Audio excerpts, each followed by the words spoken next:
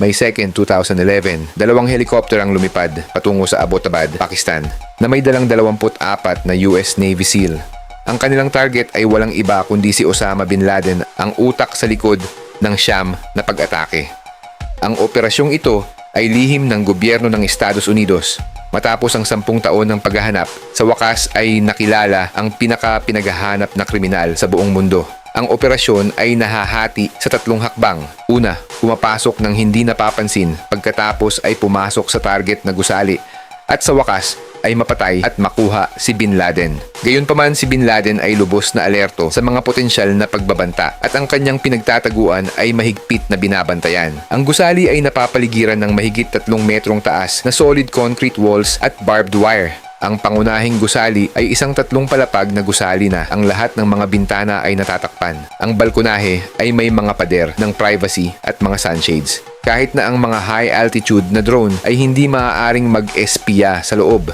Matapos lumipad sa New Kush Mountains, sa loob ng 70 minuto, nakikita na ang target na gusali, ngunit mahirap ang landing. May 18 na minuto na lamang ang natitira upang maabot ang target. Hindi ipinaalam ng White House sa gobyerno ng Pakistan ang impormasyon ng operasyon dahil sa takot na mailabas ang balita. Bilang karagdagan, mayroong isang well-equipped na military base ang Pakistan na wala pang 2 kilometro ang layo mula sa gusali. Ang helicopter ay kailangang lumipad sa mababang altitude upang maiwasan ang pagsubaybay ng Pakistani radar. Pagkarating, isang helicopter ang lilipad sa bubong at ang mga sundalo ay papasok mula sa itaas sa pamamagitan ng pag-rappelling. Ang isa pang helicopter ay magtalaga ng isang grupo sa harap ng pangunahing gusali. Naglulunsad ng mga pag-atake mula sa maraming anggulo upang pigilan ang target na makatakas. At 3 helicopter ang naka-standby para sa suporta anumang oras.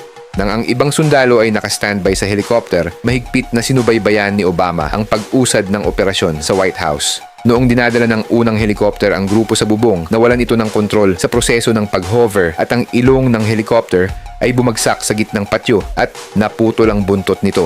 Mabuti na lang at ligtas na nakarating ang pangalawang helicopter sa open space sa labas ng gusali. Walang nasugatang sakay. Tahimik na nagtipon ang mga sundalo sa isang pangunahing entrance.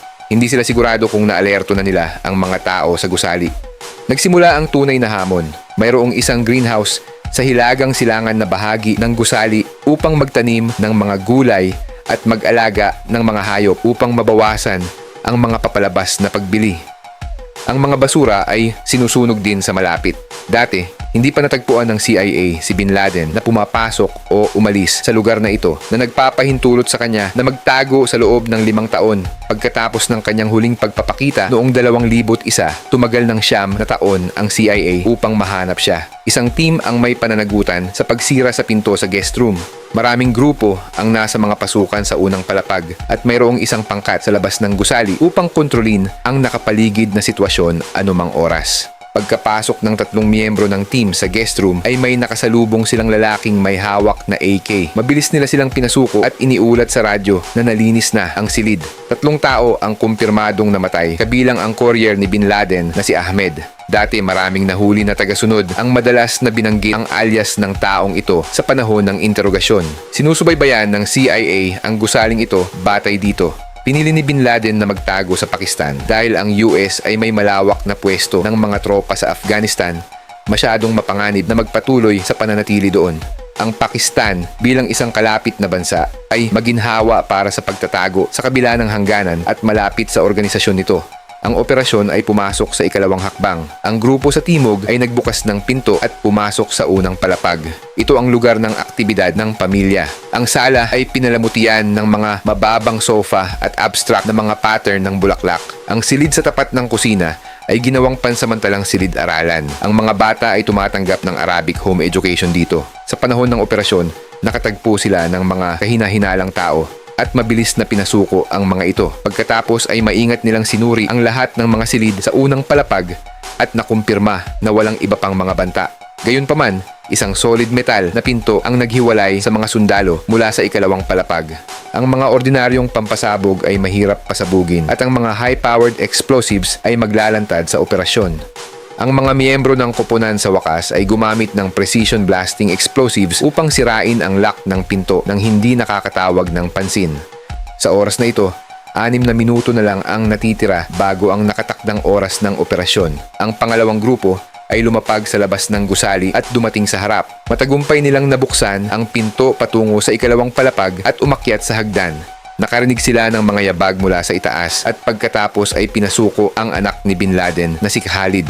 Ang mga sundalo ay pumasok sa ikalawang palapag sa unang pagkakataon. Ito ang command center ng mga nangungunang pinuno ng organisasyon. Ang 3 silid ay puno ng mga computer, hard drive at storage device na nag-iimbak ng maraming kumpidensyal na impormasyon. Naghahatid ng mensahe si Bin Laden sa pamamagitan ng mga messenger. Ang mahalagang impormasyon ay iniimbak sa mga USB flash drive at pagkatapos ay ipinapadala sa malalayong lugar ng mga messenger. Ang pamamaraang ito ay naging mahirap para sa CIA na sumubaybay. Bago pumunta sa ikatlong palapag para gawin ang huling misyon, nilinis muna ng mga sundalo ang mga silid sa ikalawang palapag. 10 taon na ang nakalilipas, matagumpay na nakatakas si Bin Laden nang siya ay napalibutan sa Tora Bora Mountains sa Afghanistan.